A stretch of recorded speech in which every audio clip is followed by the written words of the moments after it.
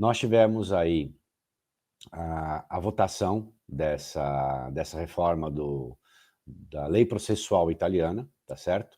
Ela foi votada porque houve ali um voto de fidúcia, porque nós temos o PNRR, ou seja, nós falávamos já há 4, 5, 6 meses que seria esse o caminho, não teria outro, tá certo? Porque o bloco europeu ia apertar a Itália, né?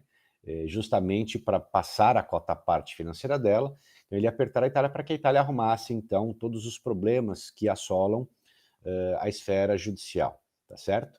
E aí a gente acabou até acertando na veia quanto a isso. Então nós acertamos tanto que ia ser quase que uma imposição do bloco, e acabou sendo, né? Porque se não faz o voto de fidúcia, não dava tempo dessa lei entrar em vigor e, portanto, não daria tempo de receber a cota parte da Itália.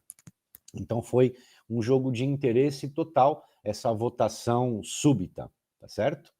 Mas ela passou sim, tanto na Câmara quanto no Senado, só estava esperando a sanção presidencial para então a entrada em vigor depois de 180 dias. Lembrando que é uma lei processual, tá certo? Não é especificamente uma lei de cidadania, e ela ainda foi dividida em duas partes, a sua aplicabilidade, tá? Então nós temos uma aplicabilidade de 180 dias a partir da sanção do presidente, e temos uma parte que terá aplicabilidade depois de 12 meses da sanção do presidente. Contudo, a parte que nos cabe, que é esta parte sobre cidadania, ela terá aplicabilidade após 180 dias, tá certo? Então, todos esses processos novos, a partir daqueles 180 dias, serão propostos na província do Dante Causa. Os que já estão em andamento ou os que serão dado entrada durante esse prazo de 180 dias permanecerão em Roma, tá certo? No Tribunal de Roma. Todavia, também como já avisamos lá atrás, tanto nas nossas lives quanto para os nossos clientes, todos esses processos que foram distribuídos já anteriormente e que serão ainda nesse prazo de 180 dias, que porventura ultrapassarem um prazo aceitável para a data de audiência, essas datas serão revistas, tá certo? Pelos juízes. Por quê?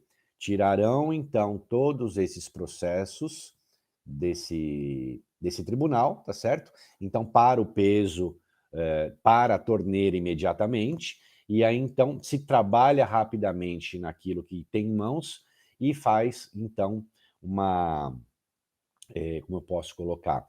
Você acaba colocando em dia a pauta de cada juiz, tá certo?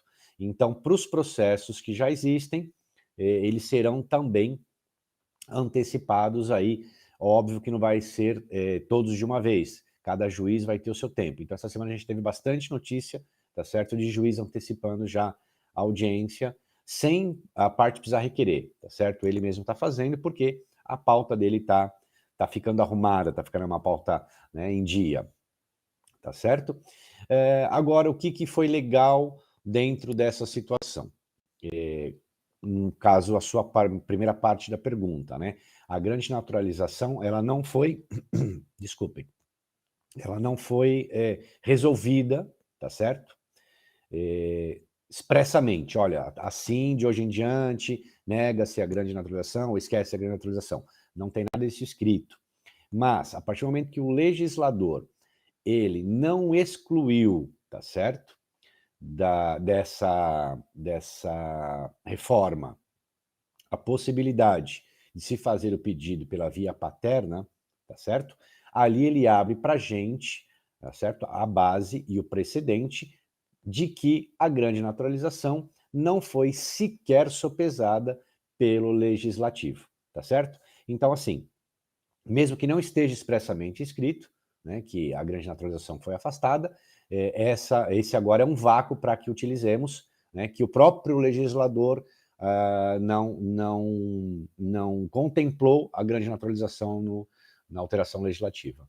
Em relação à modificação da lei processual italiana, e aí depois ele colocou: longe de mim querer ser profeta do Apocalipse, mas tenho receio do texto referido no artigo 5. E aí ele complementou aqui embaixo que o artigo 5 é onde fala sobre a competência do comune do pai, mãe e avós do requerente. Fábio Júnior, veja só, essa alteração, né, que trouxe a modificação do foro de competência, né, do território de Roma para os territórios onde estão, efetivamente, onde foram nascidos os, né, os Dantecausas, os italianos, ele tem apenas a meu ver, tá, uma visão técnica do negócio. Ele vai agilizar, tá certo, bastante o procedimento. Por quê? Porque um processo desse, além de tudo, pessoal, antes de responder isso, além de tudo, existe também ali, na passagem dessa alteração, tá certo? Ah, hoje o rito é sumário, tá certo?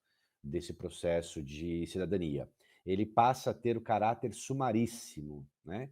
E aí o processo, o procedimento sumaríssimo, ele tem que ser mais rápido que o sumário, né? O próprio nome já diz, e partindo dessa ideia, é um processo que tem que demorar no máximo 2, 3 meses, e quando a pauta do juiz estiver enrolada, 6 meses. Então, ganha-se nessa parte, tá? Os processos judiciais, a meu ver, eles não vão ultrapassar 3 meses, e isso então vai ajudar bastante para quem prefere a via judicial, tá certo? Também vai afastar, infelizmente, para alguns, a via administrativa, porque se você faz um judicial em 3, 4 meses sem vir para a Itália e com toda a segurança jurídica, as pessoas vão deixar de vir para a Itália, tá certo? A única preocupação que pode inicialmente, que eu posso ter, vamos dizer assim, né, que eu posso enxergar Foro de Veneza é um foro meio complicado, né, que ele pega toda essa região aqui problemática do Trivêneto aqui. Então, Veneza é um tribunal que me preocupa, tá certo? E também me preocupa um ou outro juiz que queira fazer como esses 2, 3 promotores aí em Roma estão fazendo, né? Querendo emplacar teses novas. Mas é óbvio que isso é trabalho do advogado, né? E isso é o dia a dia do advogado, isso é o dia a dia da justiça. Isso pode acontecer amanhã numa nomeação, vamos supor que não mudasse nada, mas Roma amanhã colocasse mais novos juízes e essas ações que caíssem lá também sofreriam, né, o entendimento desses novos juízes. Então, esse é um obstáculo que nós vamos ter de transpor. Nós temos, nós advogados, nós clientes, nós temos base legal, nós temos base doutrinária, nós temos base jurisprudencial. Né? Então, assim, pode acontecer isoladamente, mas inicialmente isso vai criar borburinho, porque basta que um tenha o problema, que vai levar para o Facebook e vai dizer que a via judicial acabou e tudo mais, né? Aquelas coisas que a gente sabe de Facebook. Então, inicialmente, a minha preocupação é só no que tange a um ou outro juiz querer mudar o entendimento, né? Criar novos entendimentos. Do contrário, pessoal, só veio para facilitar, né? Vamos passar para o rito sumaríssimo, nós já vamos ter fóruns desengasgados. Agora imaginem, é óbvio também, que tem aqueles fóruns, como Veneza, por exemplo, que ele vai sofrer, Veneza, Treviso, né? Eles vão sofrer ali um número grande de cidadania. Por quê? Porque quando se fala em comune do Dante Causa, nós estamos falando da província, né? Então, por exemplo, a pessoa nasceu em Pasiano de Pordenone e vai para a província de Pordenone. Né? Se nasceu, por exemplo, em Oderzo, vai para a província de Treviso, e assim sucessivamente, né? Então, não é comune propriamente dito. Quando a gente fala em comune, é como referência da base territorial. Logo, quem responde por aquela referência é o tribunal da província. Eu entendo que essa alteração é de direito processual, mas me preocupo com a expressão pai, mãe e avós. Como é a primeira vez que aparece no texto da lei, talvez uma limitação de gerações. Fabio, deixa na tela essa pergunta aí. Veja só, quando você fala em avós, aos olhos da Itália, né, o Brasil, a gente tem mania de falar avô, bisavô, triavô, tetravô. Na verdade, a gente até usa as expressões erradas aí. Para a Itália, tudo é avô. Não importa o grau, se é avô, bisavô, triavô, é sempre avô, né?